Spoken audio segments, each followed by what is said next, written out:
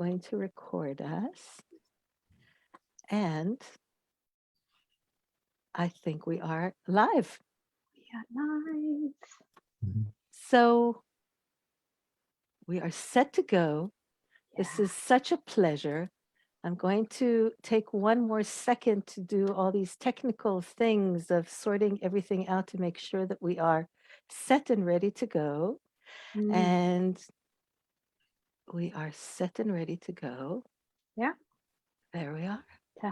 Technology. Wow. You're a genius. Yeah. Brilliant. Brilliant. So here we are, the three of us, on a call that I really look forward to it. You know, when I introduce you to people, when I talk to you about people, the first thing that I say, and you'd better stand up to the description, is that you're funny. It's really fun to talk to you. So no pressure, but you know, I expect you to be funny. I need to leave now, okay? Don't worry, Rona. I'm here. You'll take care of that, right, Nick? I will. I mean, you are the funny one anyway. I'm the serious one. Yeah. There we go. I knew you were not going to disappoint the staging. So for whoever is joining us now, my name is Revital Chitayat. And tomorrow I am going to be launching the second Hebrew version of what I call the big money game. The original name is the Game of Boxes. And what a privilege and joy and honor to be hosting you today for a little live to talk about boxes, to talk about abundance, to talk about money, to talk about what you do and how this game was created. And I thought maybe I'll bring it over to you. First of all, Rona, because I think that if I pronounce your surname, even though I always learn it by heart, I'm probably not going to pronounce it with that lovely accent. So Nick and Rona, can you just tell us a little bit who you are before we just launch into this lovely call? Nick, you know, gentlemen's always first. Thank you very much. My name's Nicholas Haynes, but people call me Nick. That's my nickname. And with Runa, we created the No More Boxes movement, which I'll tell you about in a second. I've got an amusing way that I introduce it when I'm speaking at live events about it. And so I'll pause at that stage and let Runa just introduce herself. Then I'll sure thing, and then you continue. That's good. We can trust you. Yeah, okay, that's good. So I'm Runa, and I'm Magnusdóttir, daughter of Magnus, and I'm here in Reykjavik, Iceland. And my profession is in leadership coaching and mentoring. And I am the co-creator of the No More Boxes movement and methodology, and even Nick, have you noticed it's a lifestyle today?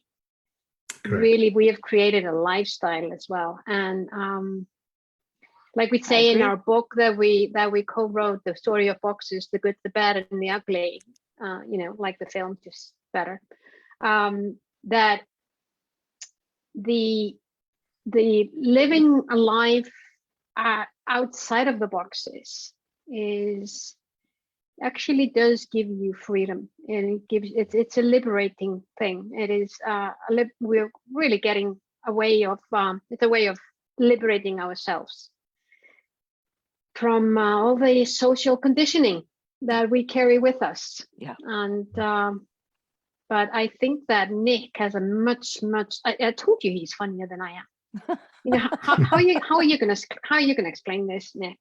Yeah. Well, yeah, I'm the Yul Brenner of the story of boxes, the good, the bad, and the ugly, aren't I?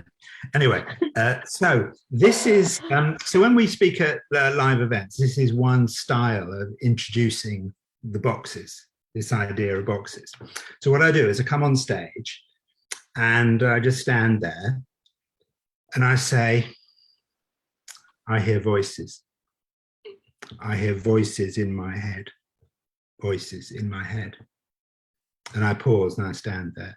And you can feel the audience getting a little bit uncomfortable about this man that's just stood there and said, I hear voices in my head. And they're all getting slightly uncomfortable. And I said, does anyone hear voices? And again, it's just like that. And then I go, right, so who thought I had some sort of mental illness there, or who was starting to make assumptions about me hearing voices in my head?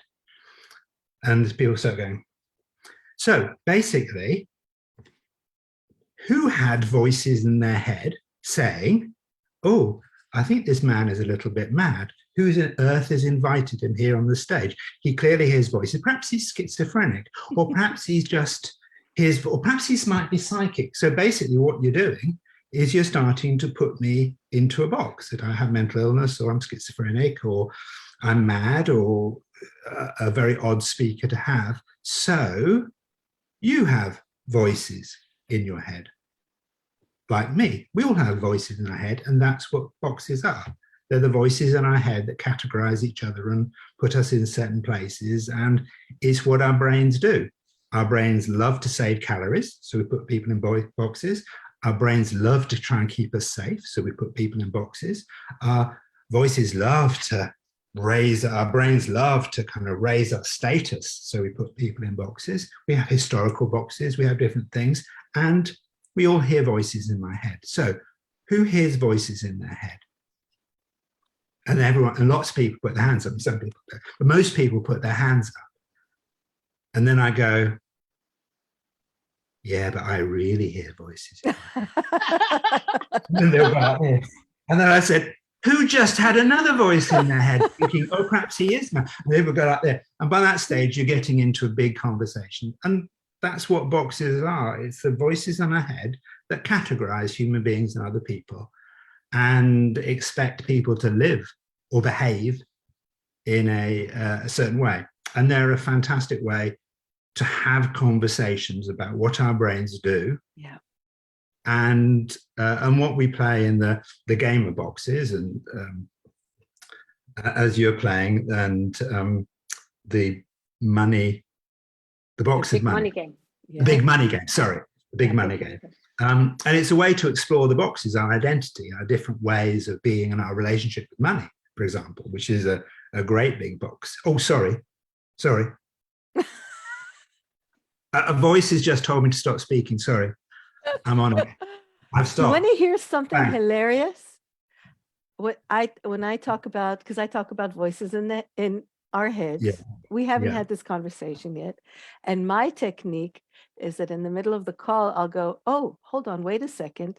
And I pick up the phone and I have an imaginary call with somebody, usually my son. And I go through a whole, oh, did you break it? No, so why are you bothering me now? But so why are you calling? No, you can call. And I do this whole 2 minutes thing with this conversation. And then I put the phone down and I said, that wasn't a real call, but now let's think about all those things you thought about me while you were listening.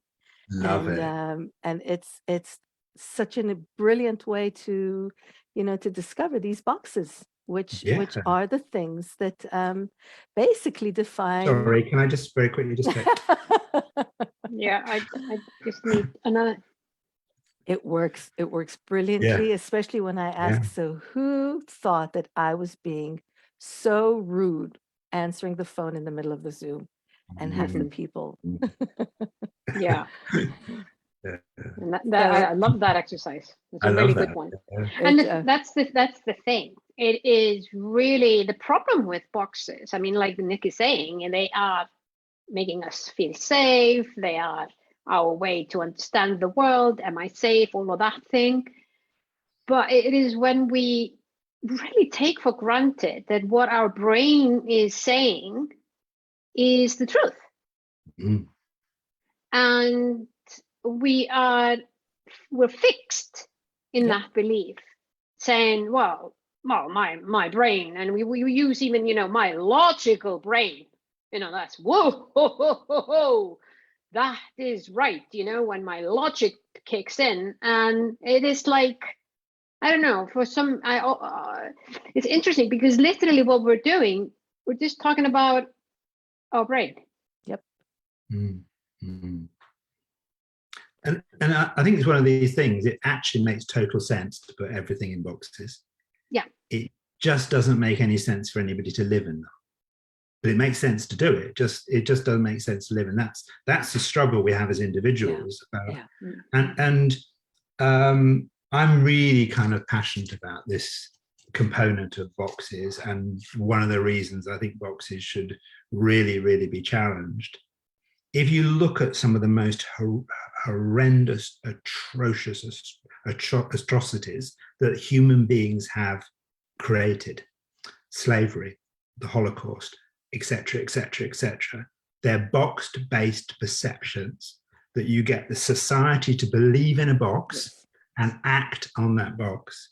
So we joke about boxes. Oh, I know what men are like, you know what women are, and lots of jokes are all around boxes. And we joke around boxes and have fun to open up conversations. But if you really look at the most horrific atrocities that have ever been created in the world, they are boxes. Yeah. And that's why we believe that they shouldn't exist, or at least you should have an awareness that they're playing out within you. And then on a minor level, they interrupt our self-esteem, our ability to believe in ourselves, what we think is possible. But do not think they're benign and funny all of the time. They are horrific when they play out. And that is really the reason I do this game of boxes and the boxes stuff, to deal with that stuff, whether it's racism or whatever. It's there in our society, and that's why we're thrilled. Someone like you that opens up these boxes, starts playing the games. We have fun, but there's a big stuff. Very goes serious on. fun, Very serious fun. I keep telling people you have to play it very seriously because but it is opening up that level of awareness. You can start to have these conversations, and you can say, "Look, I'm really sorry." Because, Rona, I mean, we can be really honest, can't we? Do you want to share and be honest about some of our ideas about the game when we were understanding it was being played? Well, really, am I honest? I'm always trying. You think so? You think I'm? Well, it is really when we start to notice, like Nick is saying, when we, there's one thing about being aware that we're doing it, and once you enter that level of that awareness and say, oh my God, I just put that one into a box, or I just noticed someone placed me into a box. And that awareness is definitely the first step. But you can become super duper aware, but if you don't do anything differently, then that awareness is short to shit. Excuse my language. Sure. So what I mean is we can be really aware that we have this perception around money and wealth. And we can talk about ourselves and talk about how our identity is linked to money and wealth. But if we continue to talk about it in the same way that we're always done before, saying maybe, well, I don't come from a very wealthy family. In my family, we always had just enough money, and you start to talk about that, your story, you are just basically just carving your story into a stone. Yeah. So awareness is one thing, but changing how you talk about it and how you act on it and react on it is the thing that you need to do, so that you see the difference, you start to feel the difference, you start to live the difference, and you start to see that your box is only there maybe to protect you for something that might have happened to your ancestors at a certain point in their lives. And it is really for you to say, well, what do I want to do in my lifetime? Do you want to continue with that, or do I want to do something differently? And so it goes always back to ourselves. Yeah. It's I use a different expression. I talk about beliefs or stories, and I always tell people, choose your story. I mean, the fact that we either inherited a set of boxes, created them. We definitely become very attached to our beliefs or stories or boxes. And the more flexible we become in recognizing them and moving in and out of them, like you, I believe that most, if not all of them, were created on some level for our protection. Yeah. And even the realization that I might not need as much protection as I thought I did. I might have more trust in myself and in the world than I am accustomed to believing because I'm in that box. Mm-hmm. That flexibility suddenly allows me to relook things that I've lived from childhood. So true, so true. And it actually, what I've noticed is that it raises my curiosity. It raises my need, my will to understand, to have a conversation with my brain in a way that I'm making the decision. Well, yeah, the brain is there just as my heart is there as well. And sometimes I need to look at my brain, and sometimes I need to listen to my heart. And it is that conversation that is ongoing, and as we just move along in this lifetime. So it's interesting. It was certainly interesting for me, but I'm curious about the decision.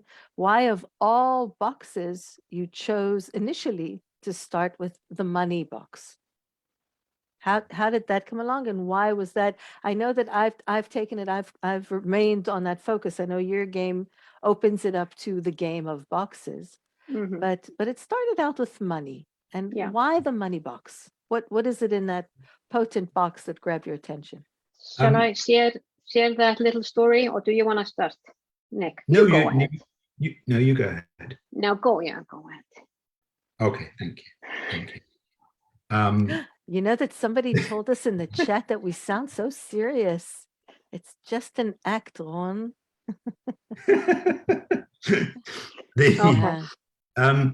So one of the things that you have certain boxes that are very light, and they're just like, so you have like a box of stamp collectors. They all collect stamps. It's not particularly a box you necessarily want to challenge, or a box of people that knit, or a box of people, people with that identity. But then you have certain boxes that are what's known as foundation boxes, and everything kind of gets built on that. So it might be gender or race or whatever. But money is a really, really big foundation box. So it's a great one to tackle. If you can pull that out, then that's really great, because you get attached to money, you get race, you get gender, you get education, you get good enough. There's loads of boxes. So tackle the money box and you collapse the other ones really, really quickly. And that's kind of why we did it. We like a shortcut. We like to be slightly. It's a quick way. It's a quick way to do it. And this is probably the most important thing, because each day we're giving away vast amounts of money. I was just going to say, even I've been talking about this for months and months and months. For the slight chance that somebody doesn't know what the money box game is, I did a combination of both our names. What is it? What is the game of boxes? How is it played? Well, the first thing that's really important about it is it makes the people that are running the game look really good. That's the point of the game. It makes me and Rona or you look really good. So that's number one. Yep. So basically what we do, it's played over 21 days. Day one, we give a set amount of money. So if we're playing in the UK, we give in the West, we give it like $100 on day one. And then day two, we give $200. Day three, $400. So basically, we just double it each day. So by day 21, you're up to kind of 140 million.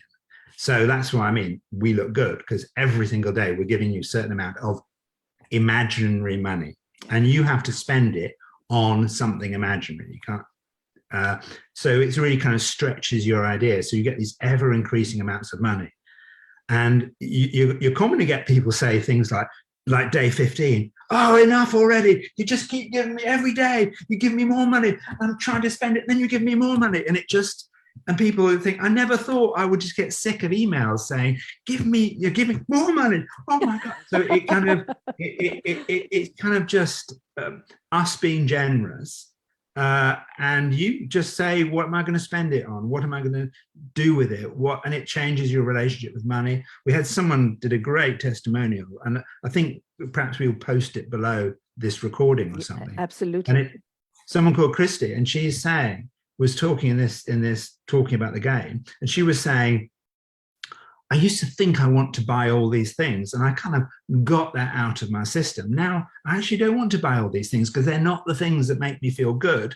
And when I do want to buy something, I think about it. But she said, I used to just buy things because I wanted to feel good. And I broke that relationship.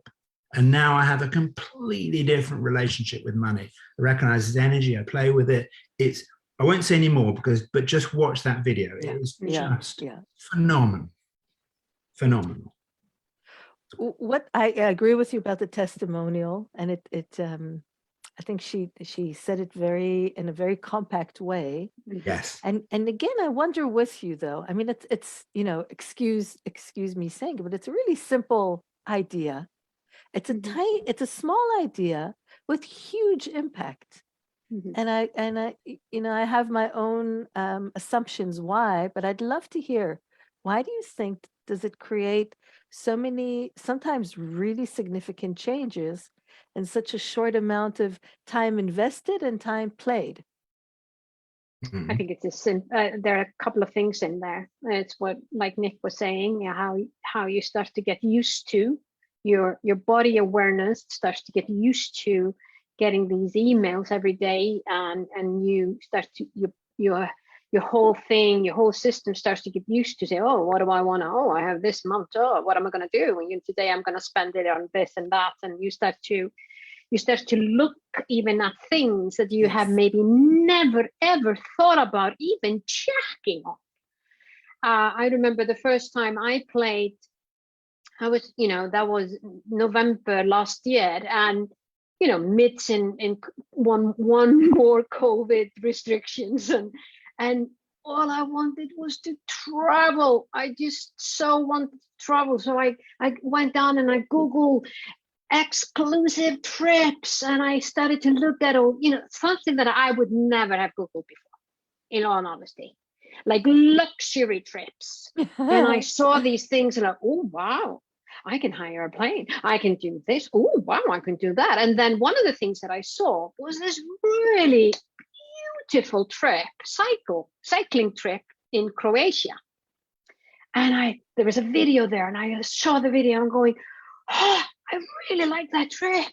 I really would want that trip. So I thought, okay, I had that day, I had enough money to put down payment, because it was quite expensive, this trip. So, but I thought, okay, I'm going to do the down payment today, knowing that tomorrow is going to double, so I can finish the payment. And we're talking, again, just to be clear, in the imaginary world. In the imaginary world, yeah. I'm just doing that. See, it sounds so real that people might get confused. This was all imagination. It was all imagination. And I just thought, well, I was really in my head imagining, thinking I can do the down payment with my money that I have today, and tomorrow I can finish that. And hey, by tomorrow, I might even have enough to invite my partner to come with me on that trip. So that's what I did. And I posted the link to this trip on the page where we were playing, and, shared everything with the group. And I was just really, my heart was just beating. I could just see myself cycling down those coastal roads that I saw in that video. I could see myself being there, swimming in the ocean. I could literally feel the feeling of being able to do that as I was there. And so this trip did not leave my mind. So this imaginary trip just kept popping up in my head. So I thought, okay, I'm going to do something about this. I'm actually going to make this trip a reality. So I started to plan in the real world, as you say. I'm going to see how can I actually make this a reality. And this was in November 2020. In September this year, I took my partner on a cycling trip to Croatia, a trip that I would never, ever have thought or even Googled unless that I was forced to do that in an imaginary world. And I think that's the thing when you play a game and I don't like saying force, but basically that's what we're doing. We're teaching our body totally new way of living. Yes. And that gradually becomes who we are. Yeah, I agree. I think there's something, Nick, you mentioned the ever increasing amounts of money. There's something really interesting about seeing that we all have limitations to our mind. So this idea of, if only I had $50 million, and it always ends with a ... Because we don't actually think it through. We don't actually go into that thought process of what would I do? What would I really do?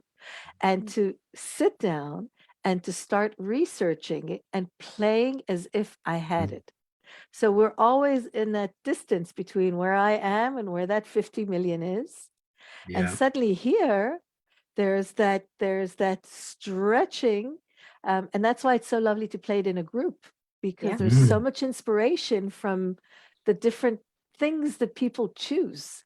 Yeah. I mean, I had in this last group, well, maybe I shouldn't give ideas, but somebody flew to outer space for the day. And I was like, I didn't think of that. So next game, I might just do that. Yeah, exactly. And I think one of the really, really important things within that, and Rona kind of hinted it and you kind of explored it just then, you'll do these things and then you can say, okay, how did that make me feel? Because I remember one game, I bought this really big villa in Italy, Lake Como, next to George Clooney. We were mates and whatever. I bought this villa, and the villa I absolutely loved. Then in the middle of the night, I woke up and I thought, actually, I think I'd like one a bit nearer so I can just drive, because I don't actually want to fly the whole time. If I'm going to drive, it's going to take a long time. Although I've got a really nice car, I don't want to drive. I don't want to fly. I'm going to buy one in Cornwall. So next day I sold my villa and I thought, oh, that feels so much better. And I bought one on the coast of Cornwall, easy to get to from where I am. But I just thought, God, that feels so much better. I was really stressed that I had this villa. I wasn't going to use it. My family were thrilled because they loved it. But I thought, actually, for me, it's a stress. I don't want it. And it's that sort of thing that gets you to really appreciate actually what matters to you, what doesn't matter to you, so and have that relationship. But I think one of your question you originally asked, why does the game work? I think, as Rona said, it's about imagination. And I would be really, I've got two questions. One is, Revital, did you get to a point in the game where you got worried because you thought that people were actually spending the money? Did you have that? Because you told me about your worry, I set it up so carefully. Except for, and she's actually on this call, there's an incredible woman whose name is Osi. She's playing second time now. And from day one, she got me and she got the game. And she was playing so seriously and she had pictures up and she'd planned everything. And at some point I thought, maybe I should just check in to see that it was, because she posted it. She set the tone for everybody, and people were writing to me, is she really doing this, or is this make believe, or is it so she set the tone, and it was great to see how we get confused. But yes, I heard your concern. So from the start, I kept saying imaginary. Imaginary money, imaginary spending, but there is a point at which it is so real that you begin to worry, oh my God, I hope these people aren't really booking these things and things. But actually, they are just in their minds. So that, I think, is one thing. The game is just so real that we can't differentiate between this and reality, and therefore it challenges us in different ways. And then the other thing I think it really works is because it's fun. It is just eye-opening and fun and amusing. You think, God, you do that, and I did this. It's just a way to break down those barriers and to link and unify us together, to say, actually, we're common human beings, and we, you know, our games are international. We have people from all over the world, and hey, my goodness, we are exactly the same. We're doing the same things. It's just when we have the live calls, the Germans just turn up on time, and the Italians don't. Now that was a box-based joke, wasn't it? But it was good. It was. But that's the type of thing that we'll do. But that isn't the case, and everyone is on time because we have a waiting room. But anyway.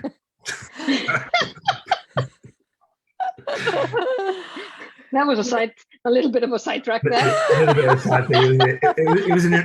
It was an irrelevant conversation. No. This is a good group. They're all the time. No. We don't put them into boxes. No. Actually, the Germans, they're late, and the Italians, they're always first. No. Yeah, I think Israelis are also traditionally late. I'm traditionally late, so I don't know if it's But what I wanted to add to that, my discoveries about the game and why it had such impact was, we go into this, and it's funny to see the boxes of who gets this and who doesn't. Yeah. I see myself describing this sometimes to either strangers, or it could be the wicked combo, my father and my husband, and I just get a glassy look in the eye, and it just does not work for either one of them. But when you get it, I think we all go in thinking, I want to change my beliefs about money because I want a lot of money. And we all assume that we're ready for abundance, we're ready for the money, and there's just that little thing that's stopping us, and the gates are going to open. And then when the large amounts start arriving, and as you said, that feeling of what do I do with all this money? That realization that there are so many layers that stop us from actually wanting money. So our heads might say, I want to be rich, I want to be wealthy, I want to have a ton of stuff, money, real estate, stocks, whatever. But our bodies are something about the feeling can't contain it. Yeah. And to actually experience that is more than any words that I could ever say, because people reach that barrier, and that's my second thing, that's when the beliefs come up, the boxes. Yeah. And they're visceral. You can feel them. You can feel that feeling of, but good people don't have a lot of money. Or, but I'm not supposed to do this with money. I'm not supposed to have a lot of money. Or, whatever it is, things come up and you feel them, and you have to just ride through them in order to see that the next day the world is still spinning and the sun still comes up in the sky and it's safe. True. Yeah. That is so true. And then we have so many sayings like, if it's too good to be true, it's too good to be true. Absolutely. Yeah. And we go, oh yeah. So it's too good to be. Yeah, I'm not going to believe in that then. And then this thing about as well, if your unconscious biases towards yourself, your box that you're dealing with, as an example, you are not allowed to accept this gift. Everyone else can take it, but not for me. Yes. That can be a big one. And then as you get that email every day knocking on your door and you're going, oh, this is so irritating.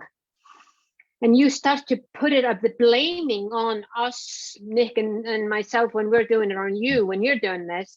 And the blame goes, oh my God, why I signed up for this? This is not real. This is not real.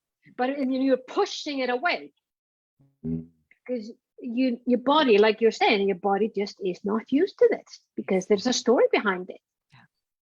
Only people who accept money are what? And it's On delicious, benefits, the things that come up. Yeah. What are people who accept money? Who are they? And you go, yeah, there are people that are benefits. There are people that are not clever enough. There are people that are on, whatever it is, what your story is. And you do not want to associate yourself there. I mean, that could be one big box to tackle. Absolutely. Just to allow that flow of wealth. In game one, I was great. I like to say this myself. I was great. I was awesome. Because one of my titles is I'm a kindness ambassador, and I was giving money away, and I was shining, and I was in full flow of being me. And then I suddenly realized I'd not bought anything for myself. Yeah.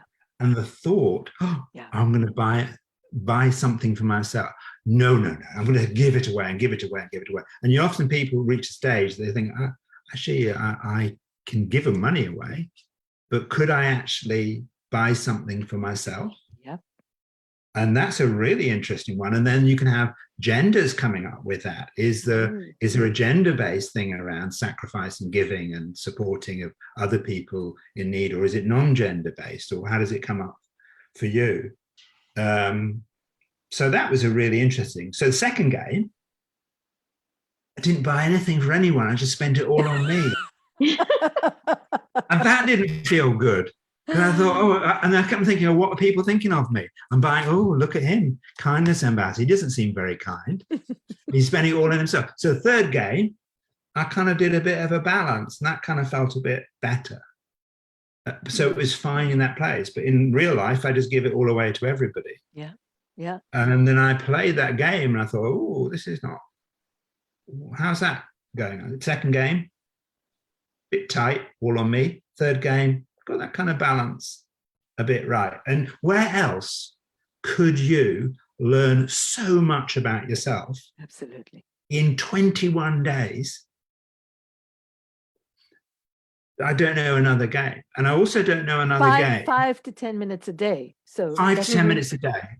And I also don't know another game where you can get to know people. And the first game I played with my son, my eldest son, he played. And I was, no word of a lie, I learned more about him as an adult, because he's 30 now. But I learned more about him as an adult in 21 days and what matters to him and his values than I did the whole time when he was a young man living in our house. Yeah. I suddenly thought, okay, I now know what matters to you.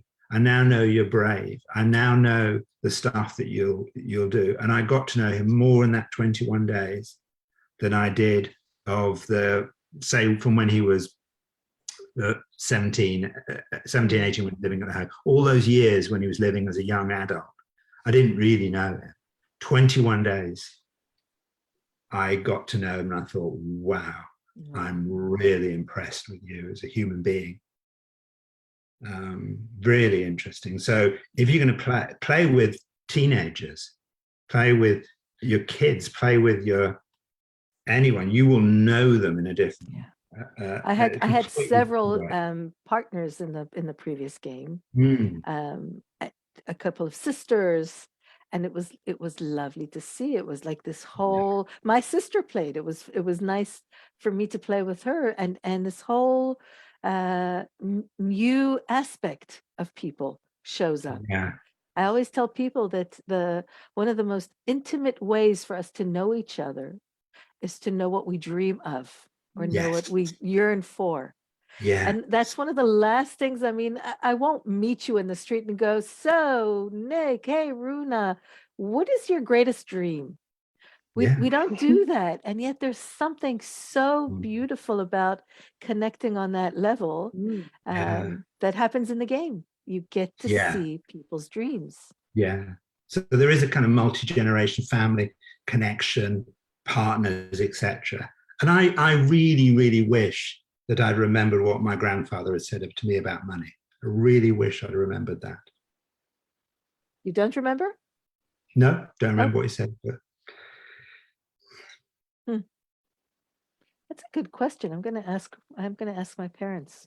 yeah, so there's kind of multi-generations. Yeah, He told me a conversation, but I don't remember it because I was a kid at the time. I don't remember generational stuff. It's like there's lots of, so we can get to know our partners, our parents, our kids, our friends, our siblings, and people from different parts of the world, and total strangers that are now friends. Yes, that's very powerful in the game. Us, we didn't know each other. True. And now we love each other. Yes. Well, we love you. But... I love you when you're funny. When you're funny. No pressure. In the funny box.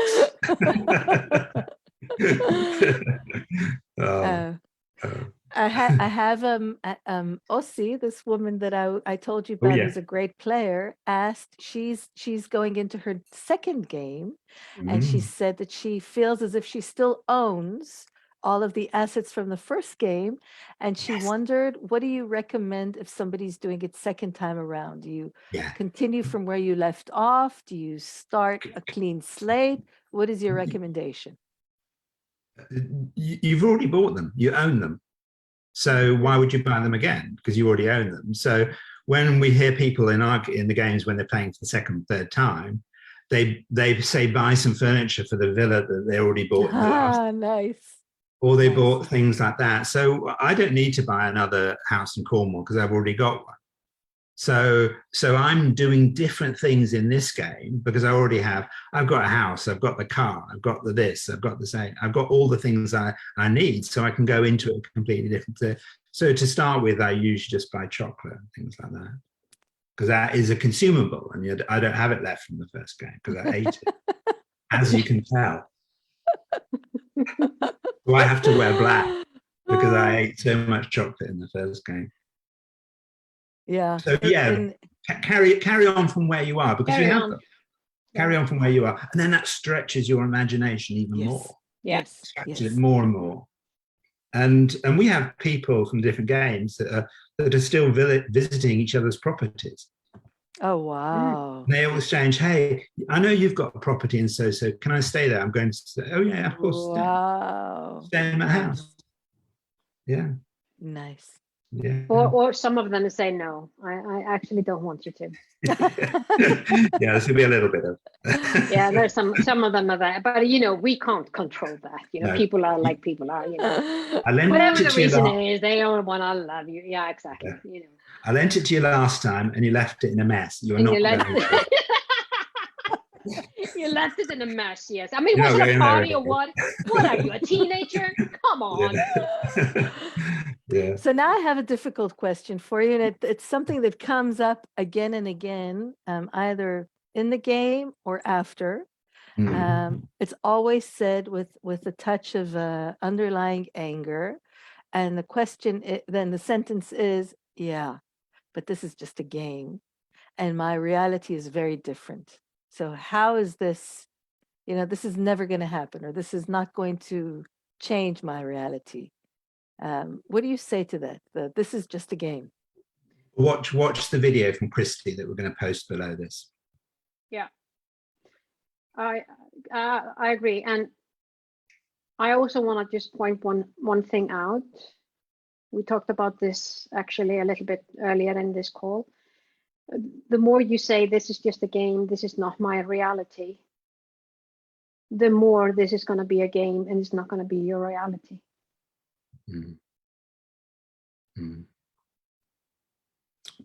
We have people in the game that just constantly they play the game because we've got Sarah is an acupuncturist. She plays the game every time we play it because her diary fills up with clients.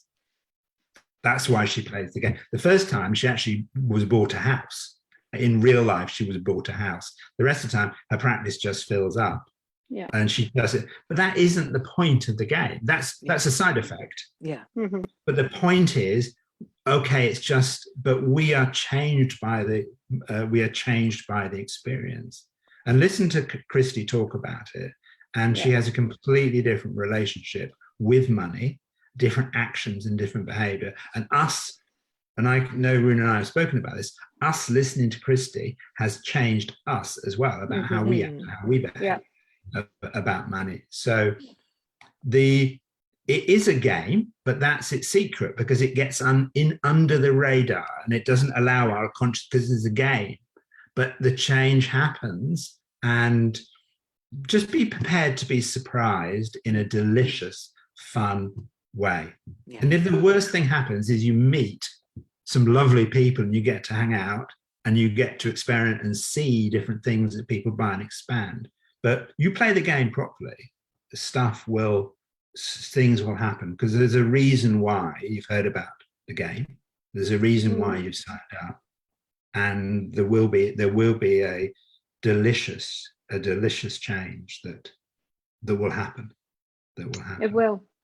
And you know, I understand people that go there because that's where they feel safe being there. They feel that is a safe place for them to be, not to be actually accepting or playful, and that could be a box that they are just very comfortable being in. I am actually not a game player, and there's a big difference between reality and playing a game. And you know, I was there, and I mean, I put myself. When this game came to me, first it was I was actually on an event, and the coach on the event was talking about that little voice in our head that is whispering things to us that we sometimes ignore. Hold on, I have a call. I'm just exactly. And I thought, well, what is my voice saying to me right now? Rona, now I'm not gonna listen, not ignore, but listen what that subtle whisper. And what I heard was a game. And I'm like, a game? Come on, you're not a game person. How much am I going to do a game? But that thought didn't actually leave me. And a year later, it came up again with on a walk, came up. And then I thought, okay, well, how about if we do this? Start to expand our perception around money and wealth. And I contacted Nick about that and said, how about if we do it this way? How, you know, can you imagine seeing how the boxes can actually just be smashed when we do it this way, and then you know, we started to develop it, and before we knew it was the game of boxes. And it actually took me a whole 21 days to play the game, realizing, holy moly, that's the game that little voice was whispering to me a year ago. Yeah. I didn't even notice. I didn't even pay attention to it till it was there. I had literally put myself in. I'm not a gaming person, so I understand that. But I think if for anyone that is there, and I just want to say that maybe to be a little bit kinder than I was before. I'm always in comparison with Nick. He's so kind, you know. He's a bit lovey, and I'm like, well, yeah, he is a kindness ambassador. Yeah, I know, and so I'm gonna change that. That's just a typical woman, isn't it? I'm all compassion, kindness, and care, and you're just that. And I'm just straightforward going, no, come on, get your trousers over. No, but what I wanted to say was, if that comes up for you and say, well, it's not happening in my real world, this is just a game, then look at that as an observation to think, well, where does that belief come from? Why do I believe in that? Yeah. And allow you to ponder, just to ponder on that question. Not that it's gonna, your subconscious mind is going to give you an answer anyway, but just ponder on it. Because it's all box-based stuff, isn't it? It's saying, okay, they're a really good manifesto. I didn't get what they got because they got this. So you're putting yourself and other people immediately into boxes. And that, if that's what you get from the game, then that was great. That's what you worked out, that you're not this and they are. Okay, then that must be true. You know, I tell people that in the introduction, that there's something that's so precise about this process that nothing can be wasted. So at every step of the way, you're gonna benefit from something, whether it's discovering what it is that you want, discovering what it is that you don't believe you deserve, discovering something that somebody else has that you're jealous about, and suddenly you realize that's what you want. You know, your inclination to compare or to think that you're more than or less than, and your fears wherever they come up. So there's an opportunity here for everything. And I think there's something slightly, and I say this in the most loving way, but slightly manipulative about doing such heavy duty work, because it's very powerful things that come up in a game. And when we play, we go back to, I mean, the first, you know, we learn by games. We learned that the world is going to stay there when we did peekaboo, and we learned interaction when we played ball. And there's something about learning to change our boxes or our stories. What better way than in a game? Worst case, we could say it was just a game. Yeah. And I met some wonderful people. Absolutely. And I met some wonderful people. Yeah. Do you have a few more interesting little examples? You know, I'm not a great marketing, maybe it's a box, but I'm not great on getting to that bottom line of this is what you're going to get from the program, because I always assume that, you know, people are going to get what they get from things. So I hate making promises. And the variety here is so rich that I still can't make promises, but I wonder if you have a couple of examples of what happened to people as a result of the game, that are relevant to this conversation.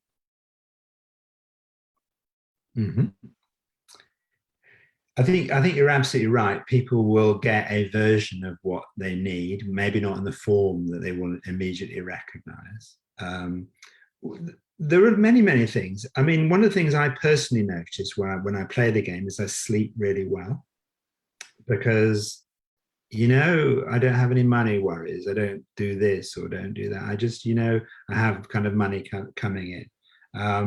I know we've had people who's have eczema, irritated skin and stuff like that, and that kind of calms down, because if it's a kind of like inflammatory, because one of the things we do when we're under stress and we're agitated about stuff, then our immune system gets really kind of twitched up, and we start getting and the game, because it's such a delicious, I use that word delicious, such a fun experiment, it's a delicious game that are. And particularly if you're doing it as a way, Runa, and you're really suggesting that you fully embrace it and you absorb it and you're childlike and you play, then your immune system doesn't know the difference between real and imaginary, and your autonomic immune system, an autonomic nervous system doesn't know, which is why you can watch a film and your heart can go like this when it's a film with actors with plastic masks on. So why is my heart going like this, and why am I sweating, and why am I hiding under the sofa? Not that I do that, but I've heard people do. So it changes our physiology and calms us down, because it's playful and it's imaginary, and we solve all sorts of problems. So I think there's some real physical things: sleep, immune system, reactions and stuff. But that's based on the fact that you're just playing a game. So I think there's all the physiological thing. But, you know, we could literally, perhaps we should do, Runa, we could literally write a book on what happens as a result of the game. But it's ultimately your unique experience. Yes. And I'll keep coming back. The least that will happen is you will meet wonderful people. Yeah. Do you know that as and I just want to add one thing, what Nick was saying. Sorry that I interrupted. No, go ahead. The one thing that I've noticed, I've heard from several people that have been playing this game, is how they opened up different conversation with their family members. Yes, exactly. So even if their family member wasn't playing the game, they were sharing what they were doing in the game, and they opened up on a conversation about what their family members was valuing. Yeah. And even an argument came up on a couple of occasions. But I remember one woman emailed me afterwards and said, you know, this has been so extraordinary because I've used this opportunity every day at the dinner table to talk to my two teenage boys. And we explored this idea of what we would do with that amount. And we talked about why it was important for us, and so the whole conversation around money and wealth was, in a way, she said, I didn't think that I had any issues with money, she said, but what I'm seeing is that it actually, you can endlessly open things up and create new space for new type of conversation that are then more in a flow, less restricted to fear or lack or what so many of us are holding our crutch against. Yeah. Yeah. I wanted to tell you that I have a funny anecdote to share. Ooh. When I played the game with when we just met, I can't remember if it was the first or second one. There was a woman there who at some point wrote that she is buying gold. And gold was not in my parameter. And I remember reading, and she wanted to buy gold jewelry. It was gold jewelry. And the first day I looked, and I was busy, you know, kindness ambassador number 2. I was busy contributing it to all sorts of good causes. And a little voice in my head said, oh, interesting. And I consider myself not very judgy, but there was a tiny element of, which became a little louder in the next day when we got the money again and I was doing my good deeds again, and she bought more gold jewelry. And by then there was, you know, a bit of indignation. How much jewelry could you need? And on the third day, when she continued to buy gold jewelry, I found myself just thinking about the world and how people like her don't change the world, and this whole thing, until I caught myself and thought, wow, first of all, to see how quickly we get worked up, how we put on people, how we reflect on people our own issues. What an opportunity to see all this judgment that I had. And when I narrowed it down to the essence, there was me giving away money, and there was this woman who was just buying stuff that she really enjoyed. And she'd been posting the pictures of the jewelry, and it was a real joy for her. And it was a real inspiration for me to make that transition, to stop for a minute. I continued giving away, but I gave away a little less, and then started buying stuff for me. I think I started out with a book or something. It was just, but it took training for me to allow myself to do that. Now, where does the anecdote come in? So this is a good story, and it was very important for me for reflection. Today, minutes before our call, my husband just came back from visiting his family in South Africa, and his mom, who's closed down her house and she's moving, and she has very little jewelry that left, but she sent everything here. And he came into my room and he says, "Look what my mom sent you. She has these 2, I think they're gold. I think they're gold bangles. And look what I'm wearing. Can you see?" Oh, beautiful. I've got gold jewelry. Oh, that's lovely. The game of boxes. The game of boxes. I love that. So I could spend hours with you.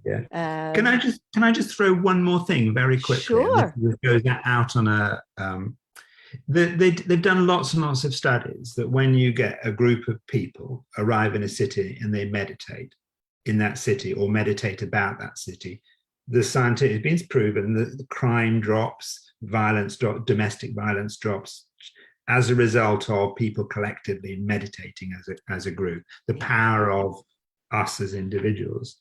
So just imagine you've got 21 days, you've got hundreds of people are all thinking, we're going to provide water for the planet, we're going to do this for the homeless, we're going to listen to these people. What is the influence on our world? Because, and then imagine if everyone collectively spread about the game of boxes and said, you should play it, we should all play it. Imagine if all across the world we had hundreds, thousands and thousands of people doing good deeds or healing themselves or doing that, and you put that energy into the world, because it changes the world. And for me, that's the big thing about the game that I have as a vision, is that we change the world, because you can change the vibrational state. You bring down domestic violence, you change states, crime, etc. And all these people putting out that actually we want to heal the planet, or actually want to deal with poverty, or actually we want to bring kindness. That is what's really powerful. So play for yourself if you want to, play for the planet if you want to, or play for a mixture if you want to, but just play. Just play the game. Play the game. It's such a lovely thing to say. You know, in the groups when we played in Israel, at some point there was so much generosity in the group. There was just such a sense of generosity that I ended up creating a special corner for people who just wanted to contribute something for the group. And people were just offering really generous gifts. Time, consultant, all sorts of things, just because there's something about being connected to that abundance. When you actually feel it, it has a great impact. It was really heart-melting to participate. I don't know if you know this or not, but today is the third candle of Hanukkah, which is traditionally, I'm into the holidays, you know by now, but this is the holiday of light and of miracles. This is a holiday that's the core is miracles. And for me, there's something about this game that is a miracle. It's a miracle to receive money every day. There's a miracle in being in that state of mind and being. There's a miracle in the connections that stem up from this kind of frequency. So how perfectly timed it is to be meeting you on an evening of miracles. Wow. Thank you. Thank you so much. Well, thank you. We really need to do this more often. Yeah. Step outside of our boxes. Yeah. Well, can we just say have a wonderful game? Thank you. It starts tomorrow. Yeah. Wonderful time. And you folks, if you have not already signed up with Revital, be there or be in a box. That's a great bumper sticker. Yeah, be there or be in a box. Yeah. Yeah, have fun. Enjoy yourself. Thank you so much. Thank you. And have a lovely rest of the week. Bye. We will do. Bye.